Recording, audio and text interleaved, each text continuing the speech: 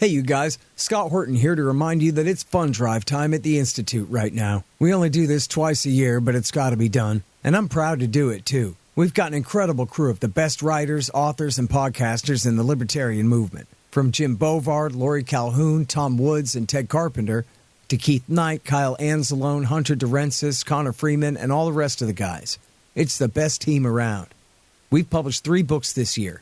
Keith Knight's Voluntarist Handbook, Lori Calhoun's Questioning the COVID Company Line, and Joseph Solis Mullins' The Fake China Threat.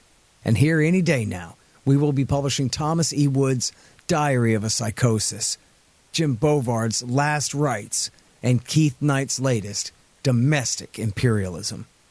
That makes 13 books so far, with more coming in the new year, including my new one, Provoked, How Washington Started the New Cold War with Russia and the Catastrophe in Ukraine, which I know is already overlong and overdue, but I'm working on it, I promise. And which brings me to the point. We don't have a big glass office building in downtown Washington. The money we raise goes straight to payroll and book production costs, and that's about it. The Libertarian Institute is the best bang for your buck in the movement. If you believe in what we're doing, please go to libertarianinstitute.org/donate for details on how you can help keep us going into the new year and the great kickbacks we offer as well. And we thank you for your support.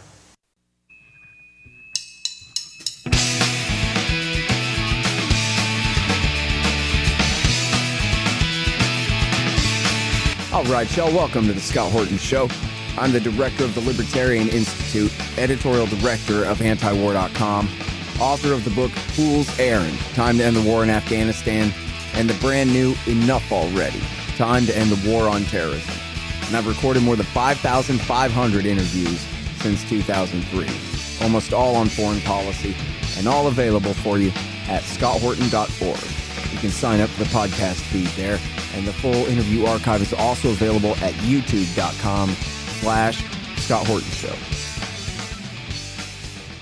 All right, you guys, on the line, I've got Professor Robert A. Pape from the University of Chicago, and he is the author, of course, of Dying to Win, the strategic logic behind suicide terrorism, as well as Cutting the Fuse. I forgot the subtitle for that one. It's the follow-up on the same topic. And I guess we're just reminiscing a little bit. It's sad to say that here we are. It's been, I think, 18 years since we first spoke, and all these issues are still relevant. Welcome back to the show, Robert. How are you, sir? Great, Scott. Thanks for having me on again. I'm so happy to talk to you again, despite the reason why. It'd be really nice if I could find my tab here. But here it is. I knew I had it. Israel's failed bombing campaign in Gaza. Collective punishment won't defeat Hamas in foreign affairs. Yes. So here's one thing that I know about you, although I don't know enough about this about you, which is that before you became the world's greatest expert in the motivations of suicide terrorists, you're the world's foremost expert in military air power and its efficacy. So can you give us like a thumbnail, sort of 4 points of what are the main things that you've discovered about air power and what it's worth, and then start to apply it to this case here for us? That's right. So for really over 30 years, I've been studying air power, not just simply terrorism. And I did this because I was really interested in why we lost the Vietnam War. And I went to the library and I wanted to get a book looking at all the air campaigns in the 20th century. I couldn't find one. All these great histories of individual air campaigns and so forth. So I ended up writing a book called Bombing to Win: Air Power and Coercion in War. And what I discovered is that there's a core reason why many air campaigns fail. It was a core reason why the air campaign in North Vietnam failed. And it's because many people, that is civilian leaders, military leaders, think the way to win with air power is to punish civilians. And they think this largely for reductive reasons. They largely just think that, well, if you put morality aside, if we really have an emergency for our country, we should just slam the enemy's civilians, and that will create a shattering of their morale, or that will cause them to even rise up against their governments. And that has been a common strategy and mistake, Scott, going all the way back to World War I. And this has been a lesson which has really been hard to learn because really wasn't a book that put all this together, looking at all the air campaigns. And then I taught for the U.S. Air Force in the 1990s, where I had for 3 years the best and the brightest, those who know how to put bombs on targets, arguing about every page of this book with me, because they really wanted to know, well, wait a minute, maybe we just weren't smart enough about how we were going to coerce these civilians and so forth. Well, it turns out this lesson here is terribly important, and it's not just about history in the past. If you look at Russia's failed campaign in Ukraine, you'll see Putin has lurched to civilian bombing as a war-winning strategy, and this has produced counterproductive effects. And if you look at what's happening in Gaza today, Israel has lurched to punishing civilians as a war-winning strategy, and it's been anything but that. And that is, in fact, the lesson that we can see in over 40 strategic bombing campaigns in the 20th century, and basically every bombing campaign since, which is that leaders, and I'm sorry to say publics, really think that when their security's on the line, they can win by punishing the enemy's civilians. And it always fails, but it almost always leads to counterproductive effects, makes the enemy stronger, not weaker. All right. But do you have as a mistaken premise that what Israel's trying to do here is win some sort of counterinsurgency campaign, as opposed to simply carpet bombing these people to death and driving them off of their land and into the Sinai Peninsula so they can steal it? And isn't a bombing campaign actually a great way to accomplish that? Well, it would seem, again, on the surface, without knowing a lot about air power history and how publics react under air attack, that in fact, if you take the gloves off and we really decide we're not going to let morality stand in our way, we're just going to punish the enemy's civilians, that this is going to shatter their morale. And if you look at the campaign that Israel has unleashed against Hamas, you will see that the campaign here is highly indiscriminate. So yes, Israeli leaders will say that they are targeting Hamas, and they're targeting Hamas fighters, they're targeting Hamas tunnels, and so forth. But if you look at the nature of the campaign itself, the use of the 2,000-pound bombs that are going to have reverberation effects, knocking down whole apartment buildings and so forth, you can see that it, in fact, fits right in line with some of the most indiscriminate bombing campaigns we have seen in history, where it's commonly the case that the attacker is saying they're going after military targets. It might be useful for your audience to know that when we used the atomic bomb on Hiroshima, we said that was a military target. So we use that language all the time. Attackers use that language all the time. But when you just peel down a little bit, you don't have to get even that deep into the history to see that the indiscriminate nature comes right to the fore. And that's really what we're seeing in Gaza. And in fact, when you want to defeat a terrorist group like Hamas, the core issue in counterterrorism or counterinsurgency is to separate the group Hamas from the local population. In fact, Israel's military campaign since October 7 has been fusing the group tighter and tighter in into the civilian population in Gaza. And then Israel says, well, then, of course, we have to kill civilians to get at Hamas. But the Hamas fighters are not further away from the population. They're more embedded in the population than ever before. And that doesn't matter if Israel says, well, you've got a population move from northern Gaza to southern Gaza. Well, Hamas fighters just go right with them. and they don't wear uniforms. And so it becomes the case that the safest place to be if you're a Hamas fighter is with civilians. And by the way, this is normal in counterinsurgency. There's nothing special about what Hamas is doing. This is the same as the Viet Cong and the Vietnam War. So we can go back in history and study efforts by states to attack terrorist groups, insurgent groups, and what you discover is they often end up in punishing the civilian population because that's basically what they can hit, Scott. And they end up doing a very bad job of actually killing the fighters they're going for and end up producing more terrorists than they kill. All right, now, but wouldn't you also say that a lot of times terrorism campaigns by the weak against the strong backfire and fail and they end up getting smashed? I mean, as Randolph Bourne said, war is the health of the state unless you lose, and then what force you do have is crushed. I mean, if they're driven all the way out of Gaza, then maybe the rally around the flag effect has more support for Hamas within the poor, now even worse off refugees than before living in the Sinai. What did I just say? Gaza. I meant to say driven out of Gaza into the Sinai Peninsula. That, at that point, some Pyrrhic victory for you there as the Gaza Strip is turned into beachfront real estate for Israel to recolonize. So the power of a terrorist group, Scott, is in its political support. Terrorist groups are not like nation states. They don't have an economy. They don't have a technological base. The power of a terrorist group is not in its material power. It's in its political support.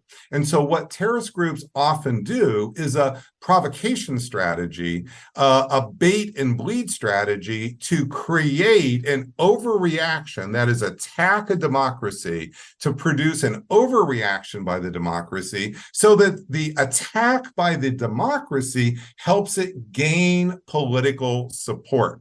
We saw this with Zarqawi in Iraq in 2003 and 2004. And he, in fact, wrote a whole letter to Osama bin Laden explaining that he couldn't get many Sunnis to support him. So what he was going to do was deliberately attack Shia civilians so that the Shia government would attack back and kill many Sunnis and helping him to recruit, which is exactly what happened.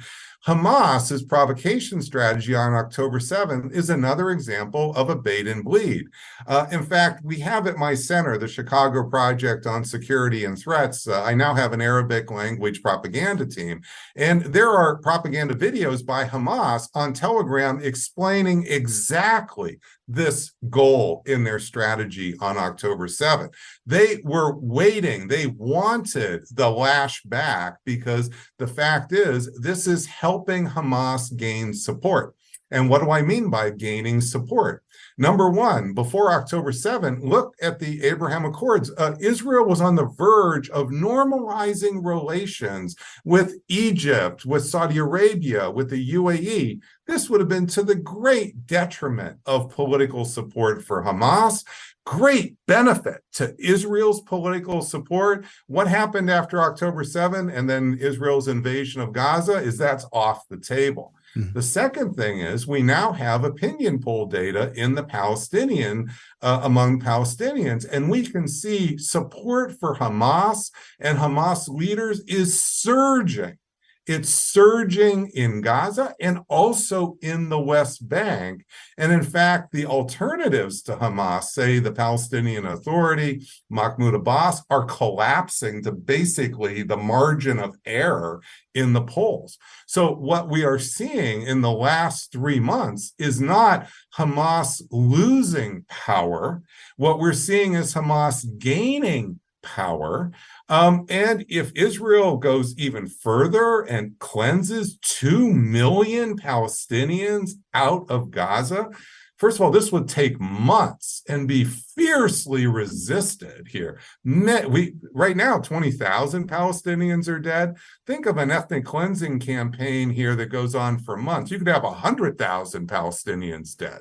This is a major operation that would be really, really punishing beyond this what's occurred so far. Which Netanyahu has said just in recent days. He has said explicitly, this is going to go on for months and months and months. We're not anywhere near done yet. This is a major operation. Your exact words, he said.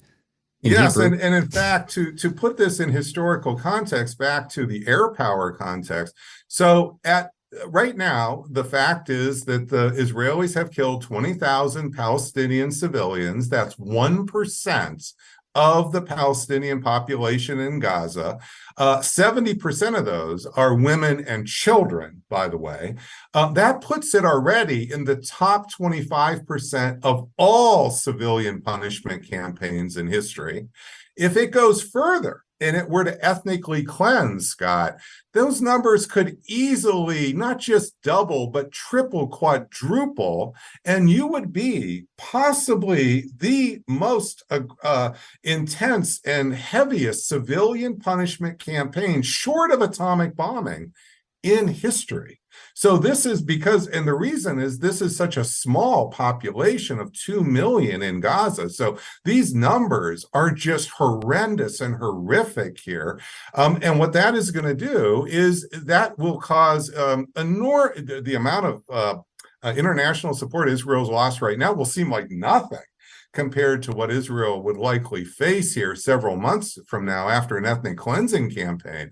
And you can already see even the state that's supporting Israel the most, the United States, there's a lot of distress in the body politic on this. It's not just limited to progressives. This is, dividing the American Jewish community. There's a lot of consternation and concern because the moral issues here are right in front of Americans as they go forward. And we're about to get into a political campaign where this will become even more manifest, if you see what I mean. So this does not bode well for Israel's security, not just in the short term, but in the medium and in the long term. So an ethnic cleansing campaign of the kinds we saw in Bosnia or so forth for Israel to do this would just tremendously shift the power even further toward Hamas and then also future terrorist groups like Hamas. Mm. Well, so first of all, I got to pat myself on the back for my article that I wrote right after October 7th. It was called, "It's All About Provoking Your Reaction. So wise up." And I said just what you said, that the reason Hamas did this was to provoke Israel into doing what they're doing now. Although I don't know if they anticipated it was going to be this damn bad. But in order to create the counter reactions to that, as we've seen all over the region. And so, another thing is look, even if Israel annihilated the people of Palestine or at least of the Gaza Strip in response to what happened on October the 7th, and there was no Hamas left to be stronger, it still would be forcing every other Muslim power in the region to have to choose sides. And right now, this is something that somebody smart has got to be studying, is the politics of all of the sock puppet Sunni kings of the region, from Erdogan down to Oman. Every one of those emirs and sultans and kings with their solid gold airplanes and their coke and their whores flying around. Everyone knows that they're the slaves of the Americans. But the Shiite alliance is outside of American power. We gave them Baghdad. George W. Bush did. Obama made Syria more dependent on them than ever before by backing the al-Qaeda terrorists there 10 years ago. And so now you have the Houthis, of course, also Obama and Trump forced further and further into Iran's arms with their war from 2015 through 22 there. So you have a Shiite alliance in the region that's more powerful than ever and essentially united. We got strikes against American troops in Syria and Iraq right now. by the dozens and scores at least, and including American strikes in retaliation too against Kataib Hezbollah in Iraq and other, they say, Shiite and Iranian-tied groups in Syria, I guess believably. If I was ISIS, I might sit this one out for a minute too while the Americans and the Shiites are fighting. And you got the Houthis firing off rockets. And anyway, so on one hand, we're risking regional war here. On the other hand, the Sunni kings are risking the Shiites running away with being the only people who give a damn about the Palestinians. And that could be a real problem for them. It doesn't seem like, Saudi, Riyadh and Tehran are going to unite against us or something like that. But it surely throws the politics of the region into disarray, risking regional war. And then on top of that, further civil war or further reshuffling of all the political alliances in the region over this. The threat of even coup d'etats and overthrows. Who's keeping the King of Jordan in power anyway, Robert? You're putting your fingers on a lot of the core issues for the longer term.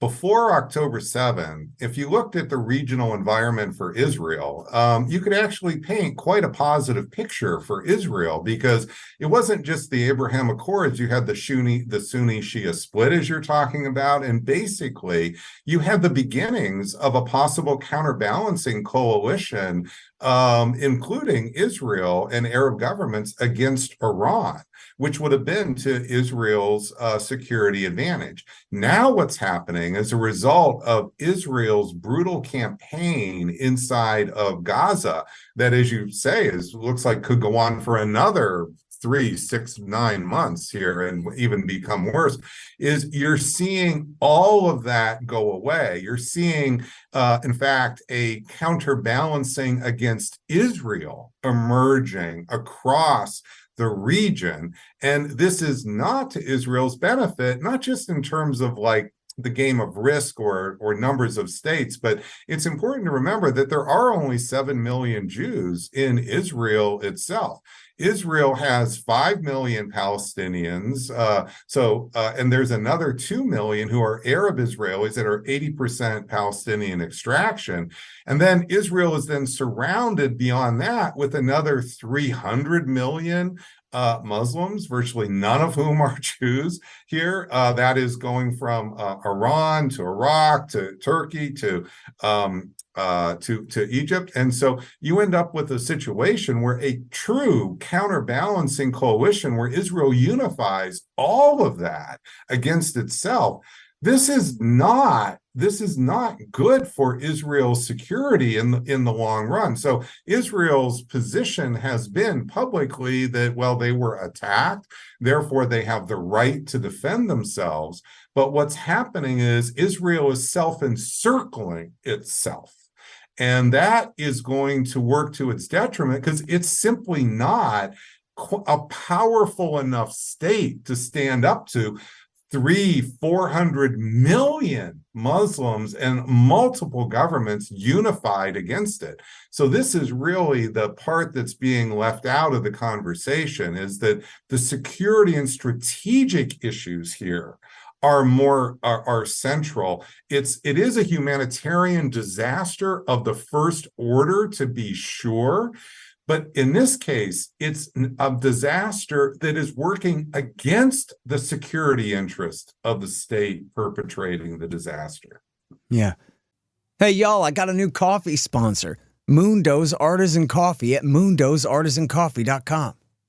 When I wake up in the morning, I feel like my brain is all dried out. I need to pour a hot mug of rich, tasty coffee all over it to get it back working again, like 10W30 for the noggin. Though not necessary, it helps if the coffee tastes good. Well, Mundos Artisan Coffee does taste good. They get the best beans from all around the world, and they don't burn them. Support the show and support your brain at mundosartisancoffee.com. Just click the link in the right margin at scotthorton.org. Hey guys, I had some wasps in my house, so I shot them to death with my trusty Bug Assault 3.0 model with the improved salt reservoir and bar safety. I don't have a deal with them, but the show does earn a kickback every time you get a Bug Assault or anything else you buy from Amazon.com by way of the link in the right-hand margin on the front page at scotthorton.org. So keep that in mind. And don't worry about the mess. Your wife will clean it up. Well, folks, sad to say, They lied us into war. All of them. World War I, World War II, Korea, Vietnam, Iraq War I, Serbia, Afghanistan, Iraq War II, Libya, Syria, Yemen. All of them. But now you can get the ebook, All the War Lies, by me for free. Just sign up for the email list at the bottom of the page at scotthorton.org or go to scotthorton.org/subscribe. Get All the War Lies by me for free. And then you'll never have to believe them again. Well, as often the case, America and Israeli policy kind of mirrors each other over this last, especially generation, but I'd give you 10 or 20 years before that too. What was I going to say? It was going to be really smart. I don't remember, but let me go back and ask you this. You mentioned Bosnia there. Is it the case? I have to assume that this is the result of your research. It's the result of mine.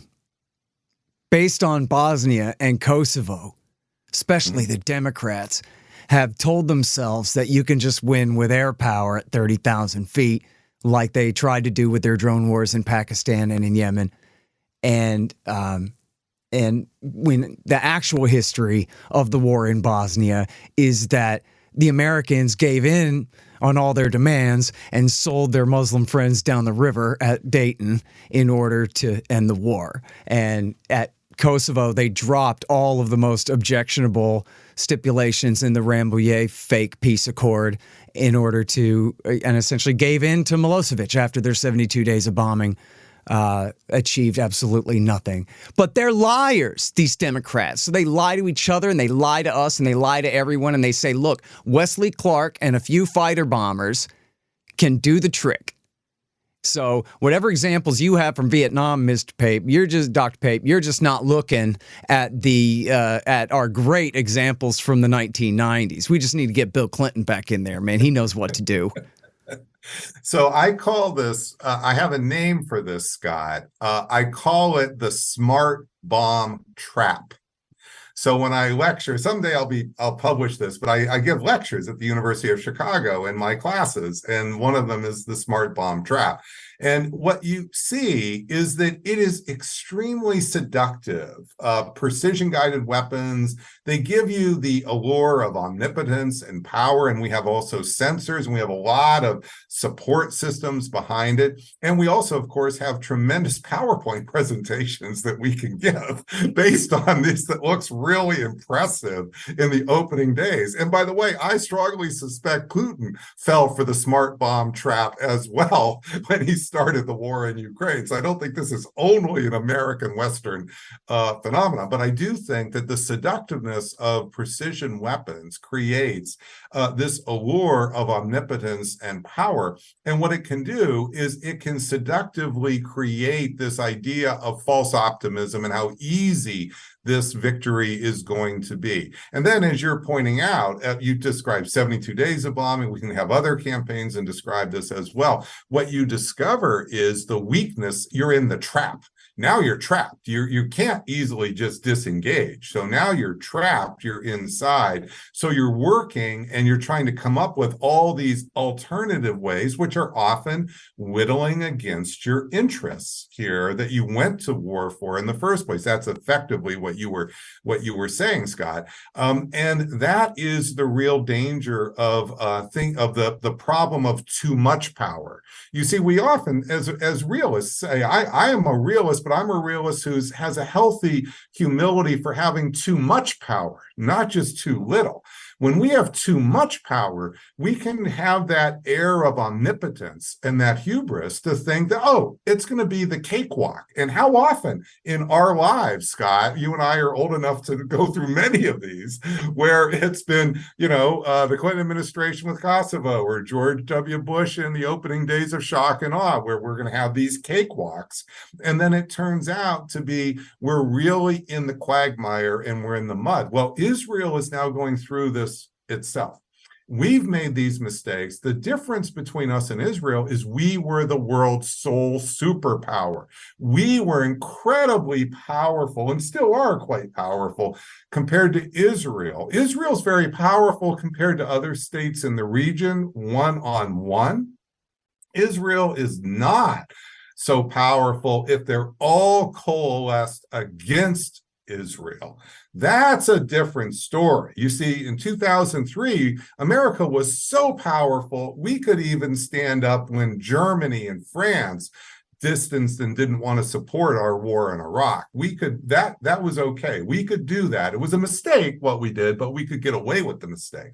Here, Israel is in a much weaker position. They are not the sole superpower. They are not the United States. And it's very important to see that it's incumbent on them to think smarter, be even more strategic about their security, and not to fall so easily for the smart bomb traps. I mean, Israel can blow up all the tunnels they want in Gaza, but notice there's no bodies there.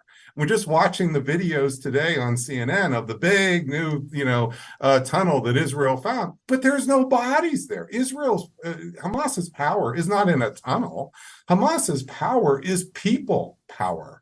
That's where this comes from. And the bottom line is that Israel here is likely producing more terrorists than it's killing. And that's really a problem for a country that's based on 7 million Jews. It's not just a small territory. I've been to Israel just recently, as December 2019. This is a relatively small population base here, and they are surrounded by potential opponents and enemies. Now, those are being unified against Israel. That is something that really is important for us to take seriously. And as Israel's great friend, the United States, Israel is no better friend than the United States. It's important to point this out, because otherwise this is enabling Israel to get down a hole that even the United States is really not going to be able to bail Israel out of. Well, it'd certainly be on us to try to. Meaning, regional war against all our former friends and current allies and who knows what over there at the same time. They've all been our friends and allies and enemies at one point or another in the last 75 years, right? But look what you talk about there. This is Gareth Porter's book about Vietnam. It's called The Perils of Dominance. And that's about how America had way too much power. They knew how weak the Soviet Union and Mao's China were, unlike what they were telling the American people. And so this was an example about how we can do whatever we want. What's Ho Chi Minh going to do about it? What's the Viet Cong going to do about it in their sandals and pajamas? And then just completely writing off all of the downsides, like, say, for example, fighting in a jungle, right? Things like that. As their guys just get chewed up by the tens of thousands and achieve nothing and lose anyway. It's just sick. And the idea that the American people would have let them go back to these kinds of wars just one generation after Vietnam is just still completely mind-blowing. Led by a bunch of draft dodgers, too. It's great. And that is true regardless of Dan Rather's, phony document that he laundered. The story is still completely right about W. Bush dodging the draft, who launched us into the war in Iraq War II and Afghanistan both.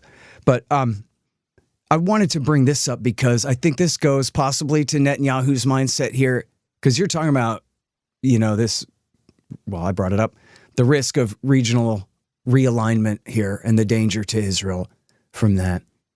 And you got to figure, I think this is clear, isn't it?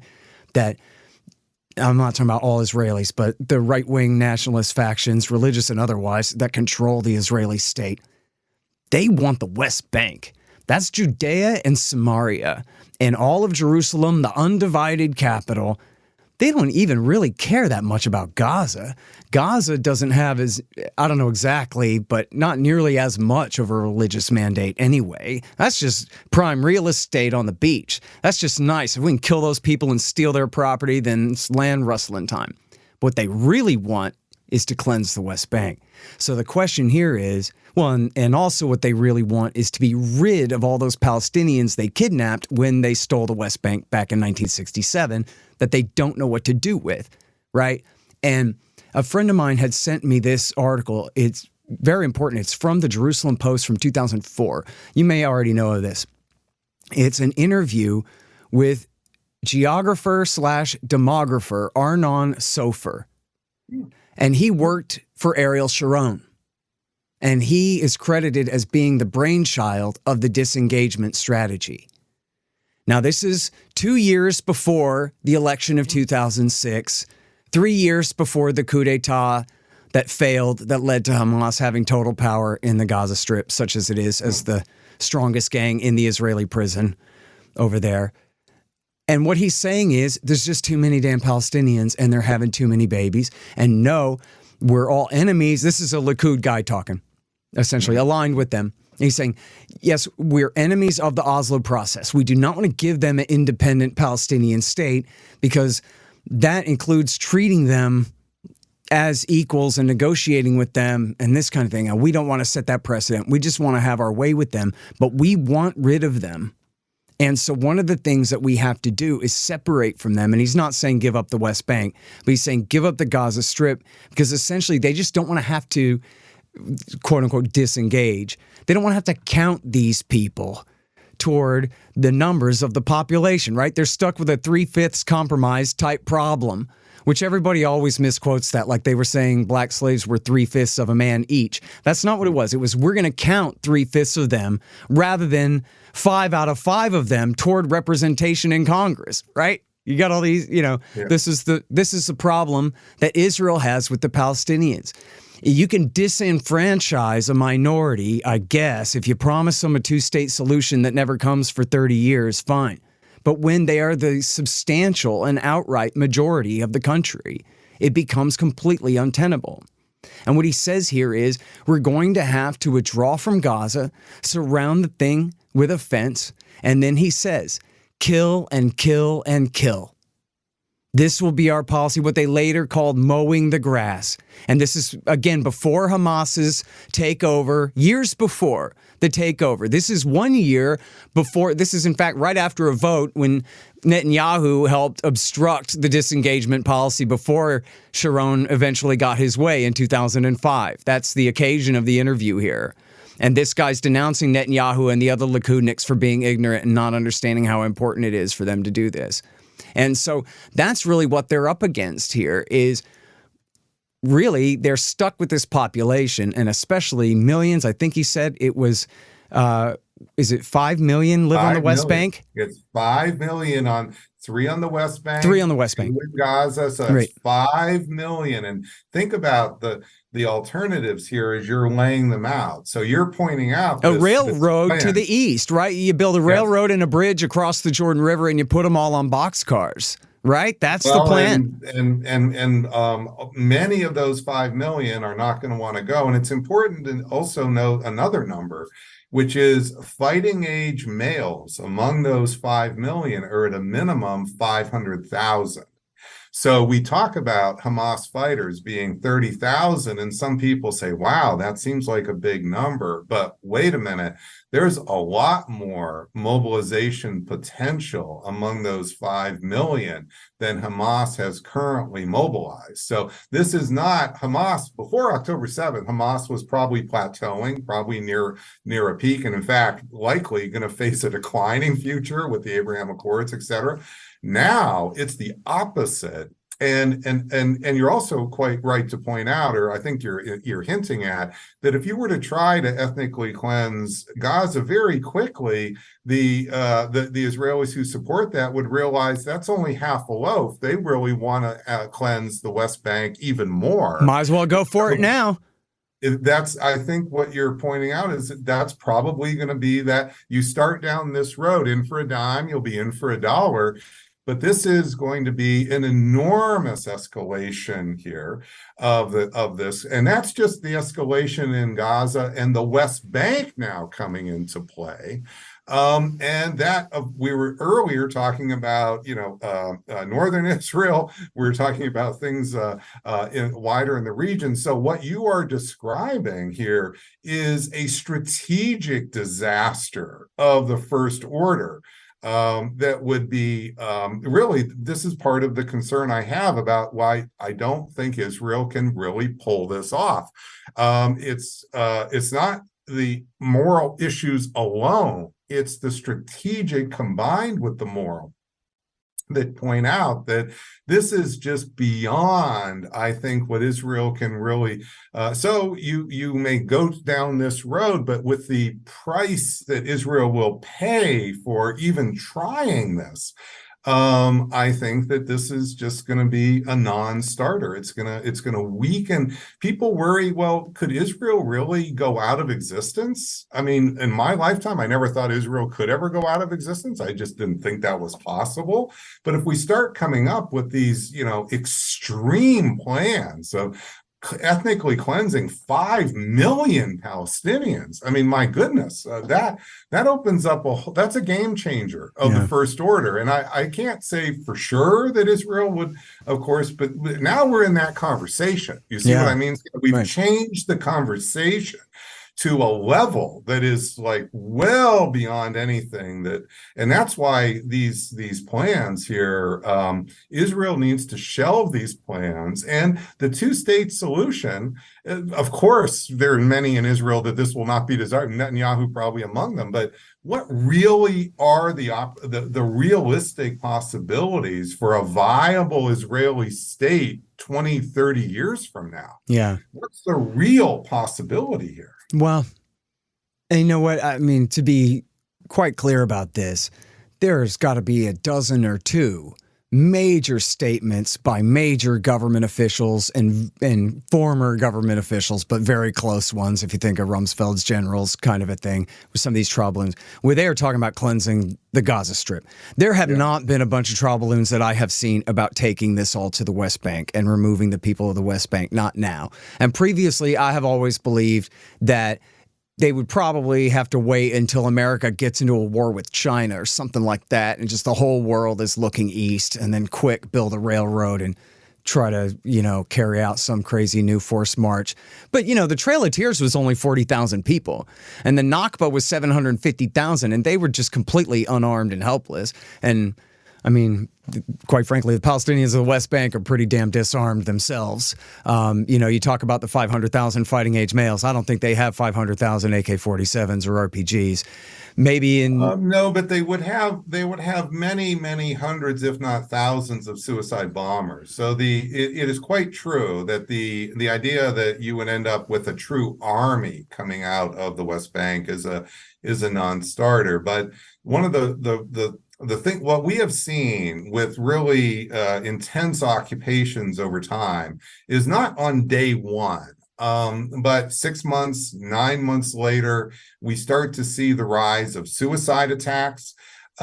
These are often coming in areas that you wouldn't have thought. So before we invaded Iraq, nobody was predicting. I was the lone predictor that we would end up touching off the largest suicide terrorist campaign in modern times. And it's because many people said, well, Saddam Hussein had killed all the Islamic fundamentalists, and therefore there was no risk of suicide terrorism. Well, a year after we invaded Iraq, there was massive suicide terrorism. It didn't happen like instantly, but the seeds were planted, and it's because that occupation, it seems worse and worse and worse over time.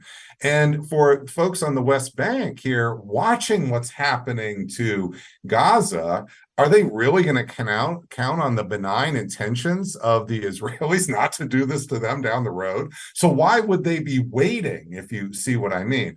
I'm not telling you they're eager for this to touch off. What I'm telling you is that it's going to start to become hard to prevent preemptive moves on the part of West Bank Palestinians. And it's not because they are like sure to win. It's because they don't have many other choices, and they see what can happen if they don't act. And so anyway, I am quite concerned that again, as time goes on, this will the seeds of greater escalation are already planted. But it's like a pot boiling. They talk about the story of the frog in the pot, and the frog doesn't realize how much.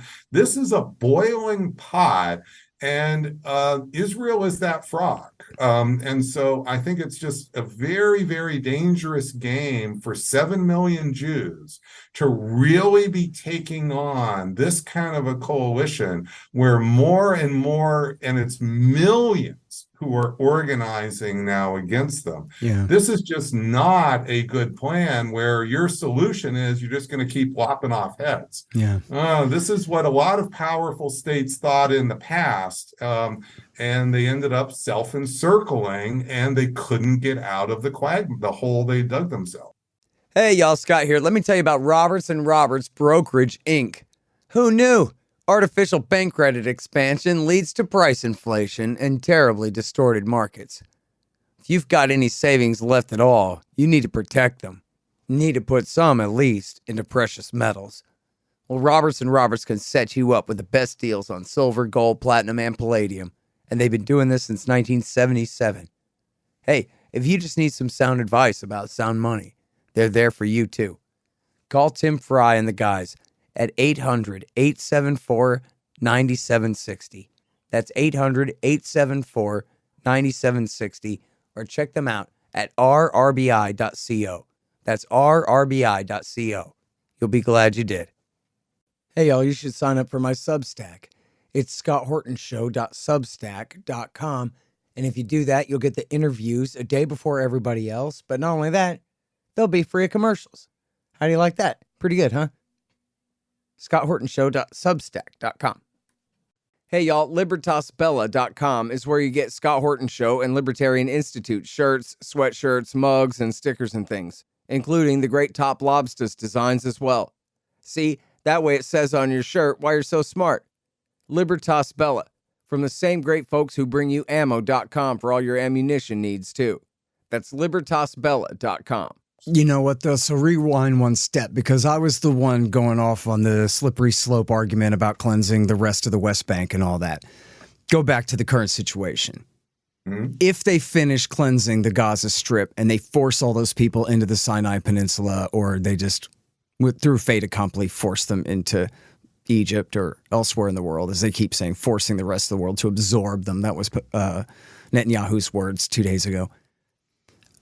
If they succeed in doing that, then they just reduced their apartheid problem, at least in the sense of being a bare minority ruling a majority.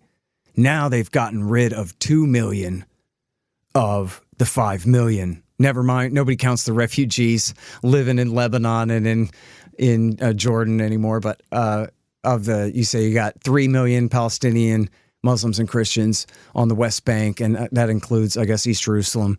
And then you have the 2 million in Gaza. If they get rid of the 2 million in Gaza, quite literally kill them and or drive them out, then they could say, yeah, well, whatever. As they say, ask permission later, or apologize. Forget asking permission, just apologize later. So, yeah, we shouldn't have done that. But anyway, that was back in 2023. Why you got to bring up old shit? Don't you want to still be friends now and get along further in the future? And now it's not that bad of an apartheid situation, because now it's, how many did you say? 6 or 7 million Jewish Israelis ruling a minority of 3 million occupied Palestinians on the West Bank. And so somehow that makes it not as objectionable than if it's a minority ruling the majority. Just imagine, let's just take that scenario, Scott, and really develop it. So let's say that 2 million move out, and let's even skip over the 100,000 who will be dead in the meantime. So that's already a horrendous thing. But now you're outside, 20, 30 miles away from the West Bank or from Gaza. And now all of a sudden, how is Israel securing that whole border now? So we don't have the wall anymore. So they're outside of the Gaza wall. So I've been to Gaza. I've been to the Gaza wall. I've been in here. So that wall, it did get penetrated, but that wall is still a wall. Well, that wall took $1 billion to build and a long time to build. That wall's not going to be built in a few weeks, a new wall, and it's going to be a lot more difficult to secure that border from those 2 million. On top of that, Israel complains about all the weapons that somehow get secreted into Gaza and so forth. There's going to be no stopping the flow of weapons going into this area here. Oh, in Sinai, because they'll have direct access to the Red Sea, right? You have direct access to the Red Sea. So right now we have 150,000 rockets here by Hezbollah over time. How many rockets and missiles with a lot more payload is going to be developed in a situation where you've got these 2 million here? So, and now all of a sudden Israel is going to be saying, oh, it's not our fault. We're going to get Egypt to come and clobber I don't think this is realistic. In fact, Egypt may end up funding a lot of this, maybe using plausible deniability along the way. But the bottom line is there's going to be so much anger at the ethnic cleansing here. It's going to be extremely difficult to stop the massive arming of this new group or cluster enclave. And it's also going to be hard to stop inroads into Israel. I think the days of Israel having, population, maybe even south of Tel Aviv, I mean, this is really going to create real challenges for Israel's security in this area. That are going to make Gaza look like the cakewalk, like the easy one, because this is a much more difficult security perimeter to defend. It's got to be it's the amount of weapons that can go into that enclave are going to be enormously larger. The amount of support here for doing that is going to grow. So I don't see that even if Gaza were emptied of Palestinians, this is reducing the threat to Israeli civilians anytime soon. All right. Well, listen, before I let you go, Dr. Pape, is there any other major important issue here that I'm overlooking? This thing is just so ugly, and people are just desperate to figure out a way to end it or the right argument to use to end it. The important point that somehow is the key that we haven't turned here. Yeah, the key reason there seems to be no end is because Israel made a decision to sequence military outcome first, political solution second. By doing that, by pushing off the whole idea of a Palestinian state here, what that has done is left Palestinians with no option but to support Hamas or a Hamas-like entity that is pro-using weapons. And whether those 2 million Palestinians live in Gaza or outside of Gaza, that's going to be the case. And so that whole idea of what kind of political solution does Israel want? And I would suggest that the idea of cleansing this area and then deciding it's going to be somehow secure, I think this is missing the reality that what Israel should be doing is now, today, going back to the two-state solution, because otherwise it's setting itself up for an unwinnable future. And that's just the reality of 7 million Jews in a tiny country with virtually no international support and losing international support even from the United States. Well, as I'm sure you know, Netanyahu has said he's running again on I'm the only person who can prevent a two-state solution now. And one of his ministers went on the BBC, or it may have been Channel 4, I believe it was the BBC, and they said, well, listen, Joe Biden is saying in the newspapers that next is a two-state solution finally. And she just scoffed and said, hell freeze over first. Forget it. It's not going to happen. This is the Netanyahu doctrine. The Palestinians lose. And they're either going to have to die or just get used to being occupied. But nothing better than the status quo from before October the 6th is in the offing for them ever. Not a one-state solution and citizenship, and not a two-state solution either. What the only thing I would point out is many of your listeners will be like us, old enough to remember the Second Iraq War, when the Bush administration also appeared completely immovable. The second, and then Bush got reelected, and the second Bush administration actually ended up with a more reasonable set of policies. And that was not perfect by any stretch, but it was movement. And so I don't give up on the idea that even the Netanyahu government could move toward a more secure set of policies that would be more to the benefit of the country. And the reason is just because of what I said, that if it's not just morality that's at issue here. This is truly the future of Israel. And people can say they want a perfect future for Israel where they've cleansed it and so forth. But if that actually ends the state of Israel, well, that's a different story. And so I think that this is really the national conversation that we should be having. And I'm glad we're having it here, Scott. But when I call for at the end of that foreign affairs piece, a national conversation, this is the conversation I'm imagining. And I also think we should be having this with congressional hearings. I don't mean just on podcasts.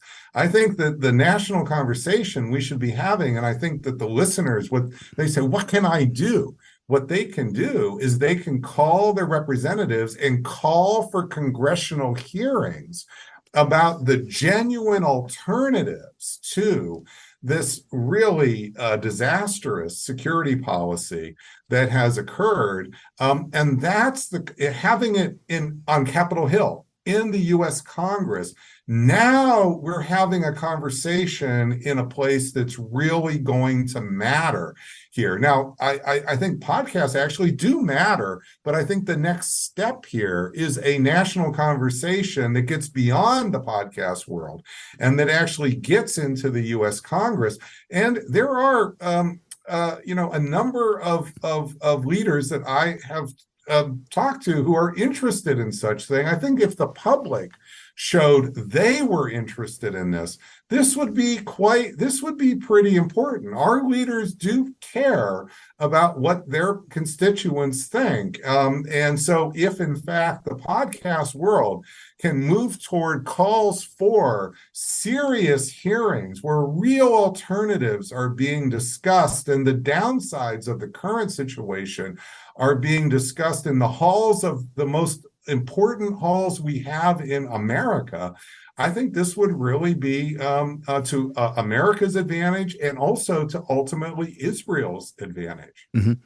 Well, and, I'll just tack this on at the end here because I think it just goes to, obviously, you're an academic from the University of Chicago, just, as objective as you can be about this stuff. That's the job here.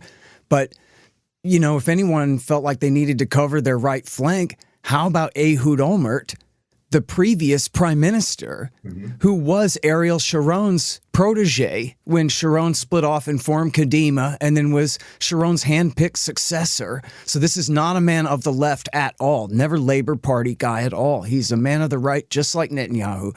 And he has said Netanyahu should resign. They should cease fire. They should stop this war right now. And he's the same guy who had said previously, look, these policies are sticking us or painting us into a corner, into this apartheid trap. We should give up, which, by the way, he could have done the job while he was prime minister and didn't, but he's still right when he says, and Ehud Barak had said the same thing, the Labor Party prime minister before him, who after all was defense minister under Netanyahu in a coalition there for a while. They both said, look, the policies here are self-defeating and self-destructive. We got to give up the West Bank and the Gaza Strip and, the suburbs of East Jerusalem to the Palestinians so that we don't have to keep the Palestinians, right? It's not for their own good. It's for our own good that we get rid of these horrible people we hate so much. Netanyahu is determined to keep them all prisoner, and that ultimately will destroy Israel. So if that is a good enough take for Ehud Olmert, then that just means that Bennett and Netanyahu and the other guys to the right of him, they're just nuts. And the Americans who agree with them, they don't know what the hell they're talking about. You couldn't wish for a worse enemy for the Israeli state than Benjamin Netanyahu and his cabinet. Look at what they've done. Longest serving prime minister in Israeli history, from the clean break all the way through today. There's so much there, Scott. I just want to really, though, emphasize that one of the biggest advantages we have that we have not lost, we talk about the parts of democracy we're losing, is our ability to discuss. The podcast world has opened up democracy to many, many, many people.